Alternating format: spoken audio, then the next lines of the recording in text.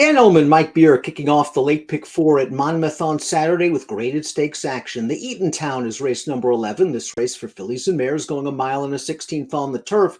We're going to take a look at this field, and no surprise, the Chad Brown's armada of good turf fillies and mares lands on the Jersey Shore. Lemista, Fluffy Socks. Those two have big chances. Princess Grace, though, perhaps the most interesting horse in this race, returning off of a lengthy layoff for Michael Stidham, who is excellent off layoffs. Yeah, Princess Grace making her first start now as a 5-year-old. Had a very good year last year, Dan, even the year before that. She's very consistent, doesn't race a lot, but when she does, she's pretty good. Obviously, this whole field's going to have their hands full with the two Chad Brown runners. We'll throw up the time form U.S. pace projector. Porque No, 20-1 on the morning line, expected to be close to the pace. She was a gate-to-wire winner at Monmouth last summer in the Boiling Springs for 3-year-old fillies. Alms does have tactical speed, but so does Princess Grace, who was actually on the lead 2 starts back in the Goldacova. She's likely to be fresh off the layoff and close by when they head into the first turn. Yeah, I would think that they'll try to go forward with Princess Grace. I don't know that they necessarily want to lead with her again. It's not really her running style. They did try to wire that field 2 back in the Goldacova. That didn't really work out. I think she might be a little better from off the pace, but she's not slow.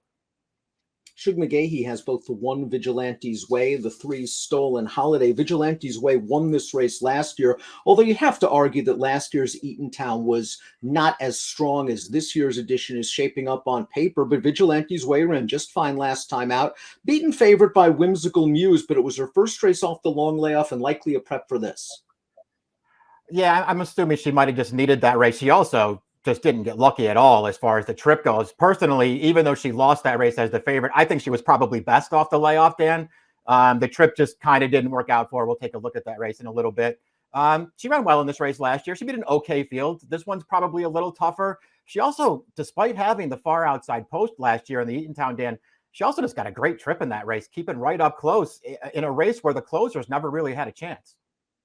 One of her great assets is that tactical speed and breaking from the inside. I think Paco Lopez is going to leave out of there running, let the speeds go, and maybe try to tuck into a pocket trip and hope something works out. But Vigilante's Way really could be a bit of a horse for a course. The 2 Porque No, again, I mentioned, gate-to-wire winner at Monmouth last year in the Boiling Springs. Last time out was her first start of the year, and she set the pace in the Whimsical Muse, Vigilante's Way, Miss Liberty. She just got a little bit tired at the end. Again, second off the layoff, maybe she can carry her speed a bit farther.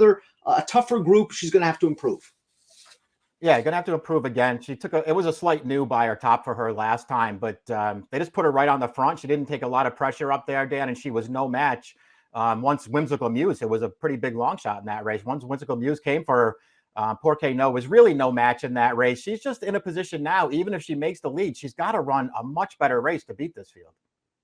Stolen Holiday, the number 3, has won on the lead in the past. She's versatile enough to win from off of it. That win came 3 starts back. The last time she raced with Lasix, she will have Lasix on once again on Saturday. That race was a second-level allowance at Tampa, and she just got loose on the lead. She ran fine in the Sand Springs, 2 starts back, Mike. And last time out, maybe they just wrangled her back off a slow pace. Rougier fired that day, but she didn't come back and fire in her next start. Yeah, this horse didn't run any good at all in the Beaugay. She actually got a good trip in that race. They did raid her, but she kept right up close behind the leaders. You could tell from about the 5/16 pole that she wasn't going to win that race. Maybe that was just too tough, and she's a better fit here. I got to be honest, Dan. I've had high hopes for this horse early on in her career. I'm starting to feel like it's never going to pan out for her. Although I did like her race off the layoff where she won on the lead. And I do think there's an argument to be made that she was best in the Sand Springs 2 back. She just got clear a little too late in that race. Alms, the number 4, won her first 4 starts for trainer Michael Stidham, but the Godolphin homebred is now on an 8-race losing streak. Maybe getting back with Lasix will help her out, but I just wonder if she's one of those types that was a bit early and she just hasn't moved forward. Yeah, I feel the same way about her. A couple of her recent races aren't terrible. They've actually gotten a little more aggressive with her and sort of, put her up to be part of the pace. And that almost worked out 3 starts back down at Gulfstream, Dan. I don't know. I know that she could win this race. And if she's some kind of big price, I'll take a second look at her. But at the morning line odds, I would just rather bet somebody else. Whimsical Muse, the number 5, claimed for $35,000 by Kelly Breen, 4 starts back, became a stakes winner when she pulled off a $52 upset of Vigilante's Way in this race. The Miss Liberty last time out at Monmouth. Vigilante's Way will run second. Whimsical Muse, I thought, had a pretty good trip up close to the pace, Mike. You're going to note Vigilante's Way in the Phipps colors is down inside in the red cap trying to get through. Yeah, this horse got a perfect trip, and she's game to prevail here. She can't get away from this field, but she's going to hold her advantage. Vigilante's Way, you can see her. She tried to get to the outside there, couldn't do it. Now she has to try to go up the rail at the end, and she's gaining, runs out of time there, can't get up. I don't want to knock this horse. He's probably going to be a big price once again. I'd rather have Vigilante's Way out of that last race, though.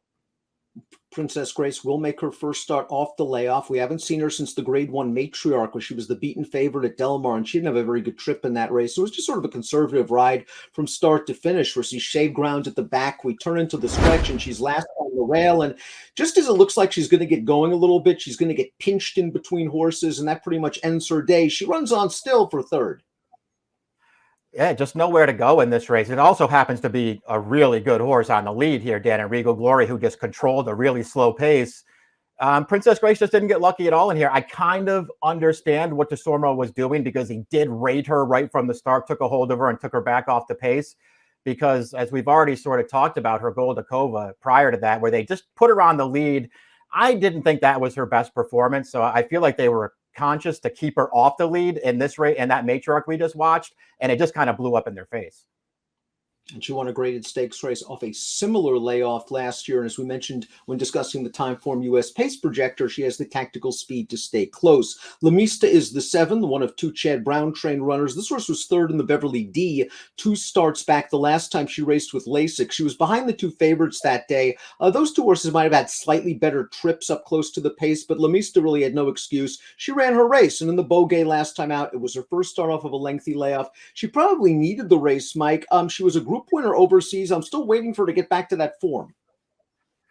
I kind of am too. I can't say that I'm thrilled with, any of her 4 starts since she's gotten over here, Dan. Although I do feel like those races over the summer last year, maybe just a little too far for her. I kind of feel like she doesn't really want to go that kind of a distance. We'll see. I don't know how good this horse is. I do think, going back and looking at the Beaugay again, man, I think they were prepping her in there. They didn't really ask her for anything early in that race. Irad just took her back, took her under a hold, kept her on the rail the entire way, didn't even try to make her move around the turn to get into that race, and then just sort of let her run through the stretch. I think she's going to run a lot better here.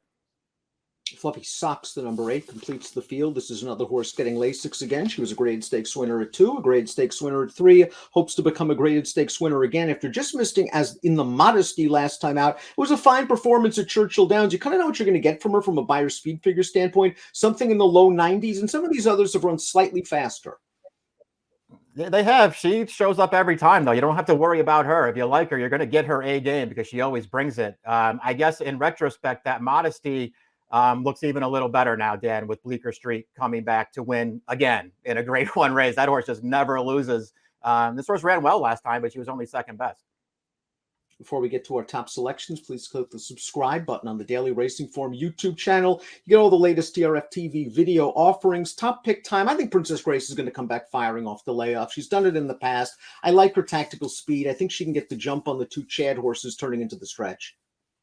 I mean, we look at it the same way. I put her on top as well and hope that she'll, run her good race off the layoff. I was tempted to put Lemista on top, Dan. I'm not a big fan of hers. I do think they were kind of prepping her last time, though.